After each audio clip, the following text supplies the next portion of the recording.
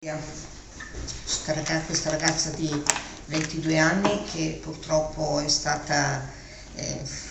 morta nel modo peggiore, penso, ed è morta principalmente per mano di chi l'amava, cosa che succede ormai troppo spesso. Non dobbiamo assolutamente abituarci a queste cose perché sono gravissime.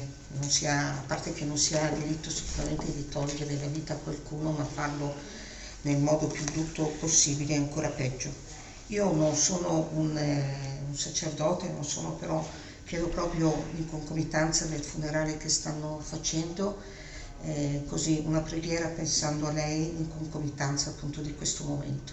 Un'Ave Maria, affidiamola alla Madonna, affidiamola al Signore, io la voglio immaginare che sia insieme alla sua mamma, e voglio essere vicino alla famiglia per tutto quello che stanno passando, che sicuramente è tremendo.